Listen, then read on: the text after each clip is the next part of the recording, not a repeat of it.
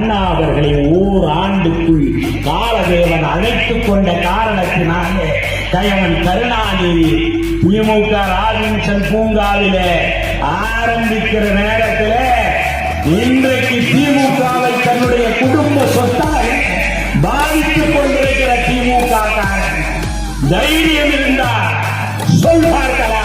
அன்றைக்கு கருணாநிதி எங்கே இருந்தார் என்று சொல்வது திமுக காரன் தயாரா? ஆக அன்றைக்குத்தான் நயவஞ்சகன் சகுனி கருணாநிதி யாரை பிடித்தால் முதலமைச்சராக வர முடியும். அன்றைக்கு அண்ணாவிற்கு பின்னாலே அன்றைய நிதியமைச்சர் அருமையண்ணன் அவரும் இன்றைக்கு மண்ணிலே இல்லை உண்டார் என்றே ஐயா நாவலர் தான் இந்த நாட்டினுடைய முதலமைச்சர் வந்திருக்க வேண்டும்.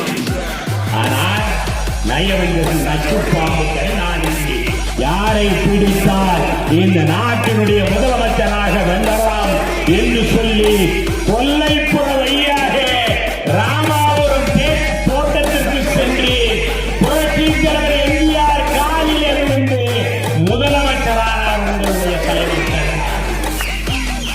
இல்லைன்னு சொல்ல முடியுமா? உங்க அப்பா கட்சி ஆரம்பித்தாரா? உங்க அப்பா திமுகவிற்கு உயர் கொடுத்தாரா?